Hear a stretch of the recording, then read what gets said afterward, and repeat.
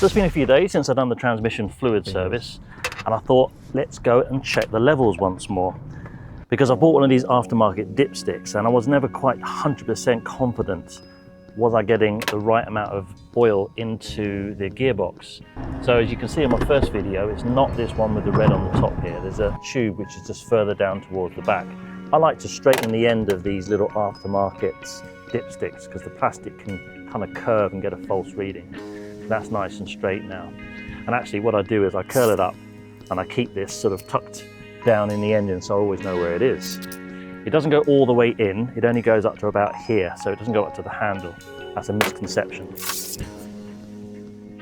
So importantly, I've got the temperature up to 80 degrees. So now I've taken it for a drive, I got to nice operating temperature. The gearbox, if you look at the screen there on the graph, even whether I go into reverse or drive now, the temperature's all nice and warm and it's actually pretty much staying the same. And you check it in the parked position.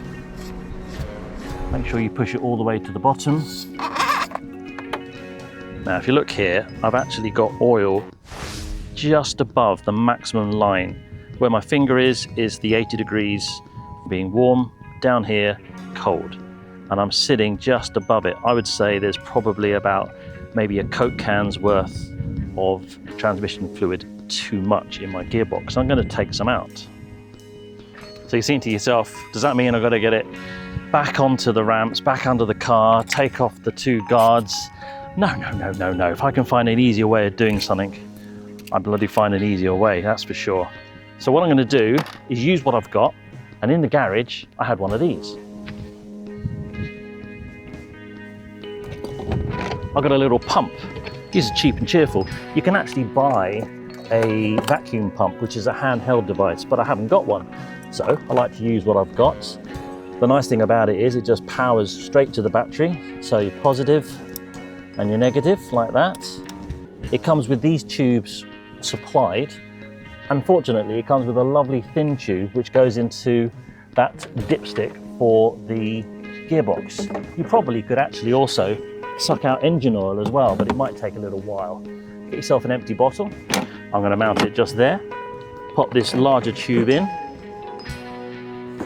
And then importantly, now let's push this down into the transmission fluid pipe where you fill it up. And just push it all the way to the bottom until it can't go anymore. Like so. And then just turn it on. You'll see the fluid go through the pipes.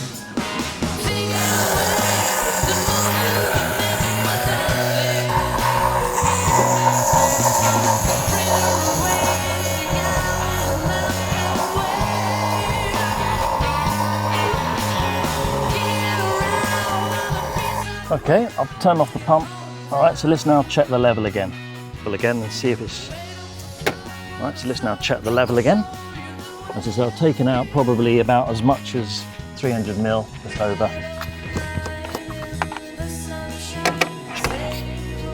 Push it all the way to the bottom. Yeah, that looks better. I'm now sitting just below the 80-degree line. It's sitting right in the middle, just right. And of course, make sure you pop the cap back on again. Don't drop it, otherwise you'll have to take all the underguards off. Make sure you got it in the hole, like so.